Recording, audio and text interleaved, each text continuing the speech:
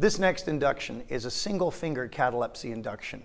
Since catalepsy, as I mentioned in the previous induction, is a means of causing a waxy immobility in a limb or the eyelids or whatever, it is much easier to create with a single finger than it is with an entire hand, even though it's ridiculously easy to create with an entire hand. So this becomes a wonderful inroad you can utilize right away to get someone in trance. And with me today is Gabriella Pittman of Gabriella Pittman Live, and I want to demonstrate to you the single finger catalepsy induction, and you can have a blast with this doing straight hypnosis. You ready for this? Absolutely. Excellent. What I'd like you to do is rest your hands palm down on your legs, and in a moment I'm going to be lifting your first finger here with my index finger like this, all right? So you can close your eyes now.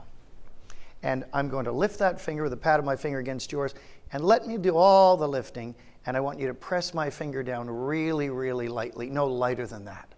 Much lighter. That's right. All the way down. All the way down. That's it. Push it all the way down. Perfect. And I'm going to lift it again. And this time I want you to press it even lighter. That's right. Much lighter. Oh no, much lighter than that. That's right. And as it just hovers there, that sensation spreads rapidly through your entire hand. And we can now utilize this in all kinds of ways. So find something in your mind you'd like to be really, really good at, even better than you already are.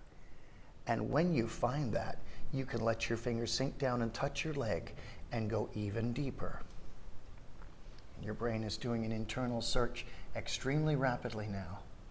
And when you find the thing that you want to change, your finger will just drop down to your leg and you'll go deeper into trance. And so we permit this to occur in the meantime.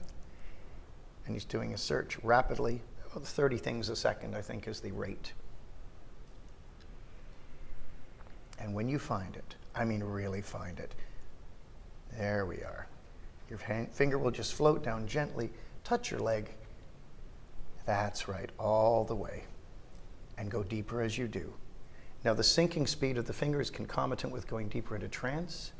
Your finger goes all the way down, touches your leg, and just drop all the rest away into trance. Now all the rest of the way. Perfect. That's right. And be comfortable. And as I lift your hand and drop it, just go deeper. That's right, way down deeper. Perfect. And now install all the resources you need to make that change.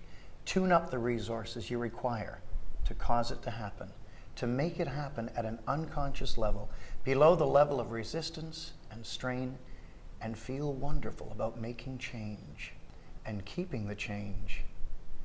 And when you're ready, you can come all the way back and bring all those wonderful changes with you, beginning now.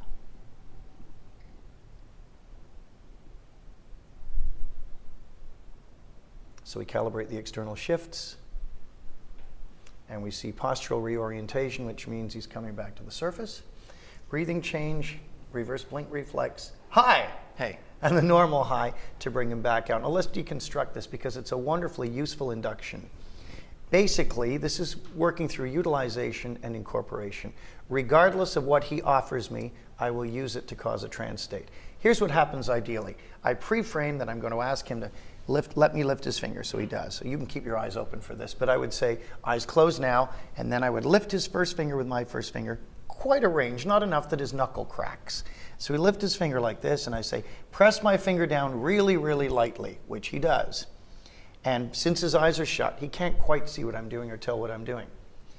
No matter how lightly he presses, I say, no, even lighter. Then we do it a second time. And the second time I say, that was excellent. This time do it even lighter. So the only way he can press lighter is to stop his finger moving, because I do not move my finger down anymore. I start to move it and then I stop. So the only way he can touch it lighter is by backing up a bit. And his finger becomes cataleptic, which is then offered back to him. That's right. And we can then say, let that spread into your entire hand. If I lift his hand will be cataleptic at that point. I can leave it floating. I can use it to sink and have him go deeper. I can use it to sink and install resources. It makes no difference. If when I lift his finger and I say even lighter and it doesn't go cataleptic, I say, and now push my finger down and go all the way into trance. And I did this at a demonstration a number of years ago. A young lady came up who had never experienced hypnosis before. All I did was lift her first finger and she just dropped straight into a trance through anticipation. Now in my youth I would have said, no, no, no, you're doing it wrong.